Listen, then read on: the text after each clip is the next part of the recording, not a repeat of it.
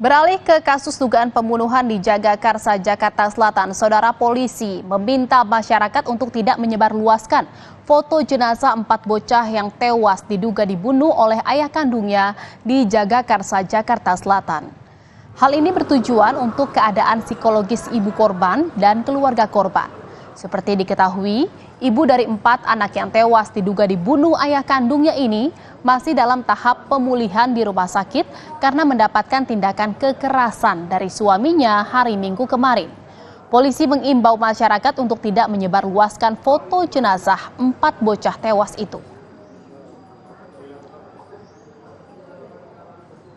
Polda Metro Jaya menghimbau untuk tidak menyebarkan gambar 4 jenazah korban anak tersebut, ya, karena ini juga membuat emosional yang tentu butuh empati dari kita bersama dan kesadaran dari masyarakat untuk tidak menyebarkan hal tersebut. Namun kami silakan sama-sama untuk melakukan pengawasan media untuk kontrol sosial dalam penanganan kasus ini.